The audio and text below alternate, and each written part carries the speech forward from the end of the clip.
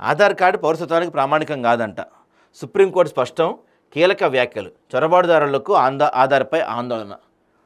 చాలా ఇంపార్టెంట్ వార్త.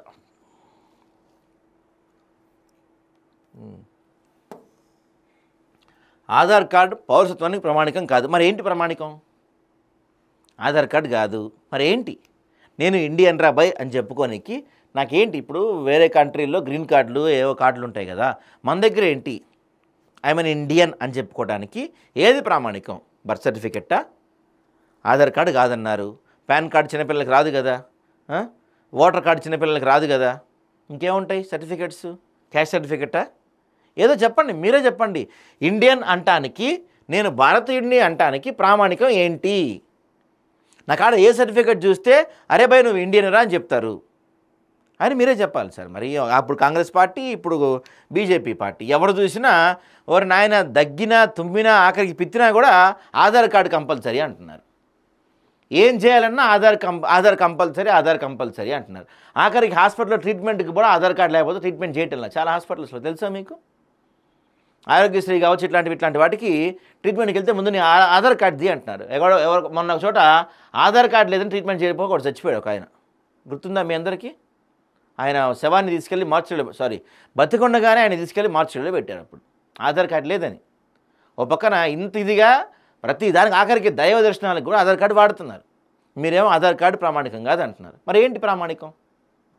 ప్రభుత్వాలు సమాధానం చెప్పాలి. ఆధార్ కార్డు ప్రామాణికం కాదు, రైస్ వెరీ గుడ్, చింపడేద్దాం ఆధార్ కార్డుల పక్కన, అవసరం ఏం లేదు మాకు వాటి వల్ల. మరేంటి ప్రామాణికం? ఎవడు మాట్లాడతాడు వీటి గురించి? ఆధార్ కార్డును పౌరసత్వానికి ప్రామాణికం కాదని సుప్రీంకోర్టు స్పష్టం చేసింది.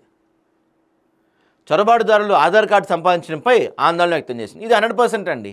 ఎవరైనా ఇండియాలో ఏ కార్డునైనా సంపాదించవచ్చు తెలుసా? Aadhaar card, pan card, voter ID, driving licence, ఇంకేమో అవసరమైతే బతికుండగా డెత్ సర్టిఫికేట్ కూడా తెచ్చుకోవచ్చు మనం. ఇండియాలో డబ్బులు ఇస్తే ఏదైనా సాధ్యమే. ఓ పాకిస్తానోడో, బంగ్లాదేశోడో, ఇంకోడో ఎవడొచ్చినా సరే ఇక్కడ ఒక 1000 రూపాయలు కడితే ఆధార్ కార్డు వచ్చేస్తుంది.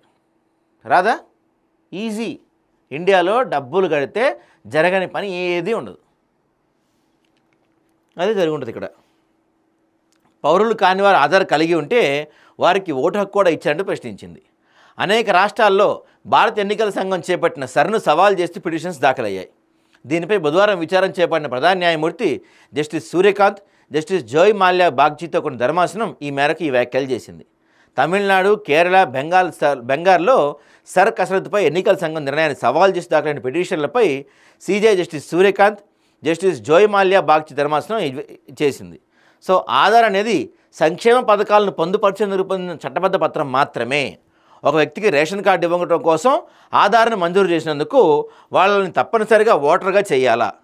పక్క దేశానికి చెందిన ఒక వ్యక్తి ఇక్కడ కార్మికుడిగా పనిచేస్తే అతడికి కూడా ఓటు హక్కు ఇవ్వాలా? ఓటర్ నమోదు ఫామ్ 6లో పేర్కొన్న వివరాలు సరైనవో కావో నిర్ధారించుకునే అధికారం ఈసీకి ఉందని ధర్మాసనం పేర్కొంది. కొంతమంది పిటిషన్ తరపు సీనియర్ న్యాయవాది కపిల్ సిబాల్ వాళ్ళు వినిపించారు. సర్ ప్రక్రియ సాధారణ పౌరులపై రాజ్యాంగ విరుద్ధమైన భారాన్ని మోపుతుందని చెప్పారు. వారు అనేక మంది నిరక్షరాస్యులు ఉన్నారని పేర్కొన్నారు. నిరక్షరాస్యులు ఉంటే ఈ కపిల్ సిబాలు ఎప్పుడు అవతలైపు నిలబడతాడు, డబ్బులు ఎవరు ఇస్తే అవతలైపు నిలబడతాడు. ఈ మొత్తం ప్రక్రియ ప్రజాస్వామ్యాన్ని ప్రభావితం చేస్తూ ఆందోళన వ్యక్తం చేశారు. ఇక తమిళనాడు, కేరళ, బెంగాల్లో సర్ నిర్వహించాలని ప్రత్యేకంగా సవాల్ చేసిన పిటిషన్ల విచారణకు సుప్రీంకోర్టు షెడ్యూల్ చేసింది. డిసెంబర్ 1లో వీటిపై స్పందన తెలియజేయాలని ఈసీని కోరింది. మరోవైపు ఢిల్లీలో వాతావరణ కాలుష్యం అధికంగా ఉన్నందున వర్చువల్ విధానంలో విచారణలు చేపట్టే యోచనలో సుప్రీంకోర్టు ఉంది. తమిళనాడు, కేరళ, పశ్చిమ బెంగాల్లో ఓటర్ల జాబితా ప్రత్యేక సమగ్ర సవరణను నిర్వహించాలని నిర్ణయాన్ని సవాల్ చేసి దాఖలైన పిటిషన్పై బుధవారం విచారణ సందర్భంగా ఎన్నికల సంఘం తరపున సీనియర్ న్యాయవాది రాకేష్ ద్వివేది తాను అనారోగ్యానికి గురైన విషయాన్ని వెల్లడించారు. వర్చువల్ విధానంలో విచారణకు హాజరైందుకు అనుమతించాలని సీజే జస్టిస్ సూర్యకాంత్కు విజ్ఞప్తి చేశారు. మార్నింగ్ వాక్ వెళ్ళినప్పుడు తీవ్ర కాలుష్యం కారణంగా తాను కూడా అస్వస్థతకు గురైనని సీజే వెల్లడించారు. 60 ఏళ్లకు పైబడిన న్యాయవాదులకు వర్చువల్గా హాజరైనందుకు అనుమతించే ప్రతిపాదనను ముందుకు తెచ్చారు.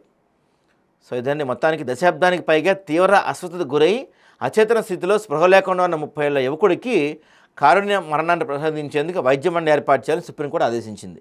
సో ఇవి వేరే విషయాలు అనుకోండి, ఇవి వేరే టాపిక్స్.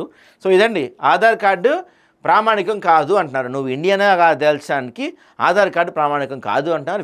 Very good. మరి ఏంటి ప్రామాణికం? ఆధార్ కార్డు కాదు, మరి ఏంటి ప్రామాణికం?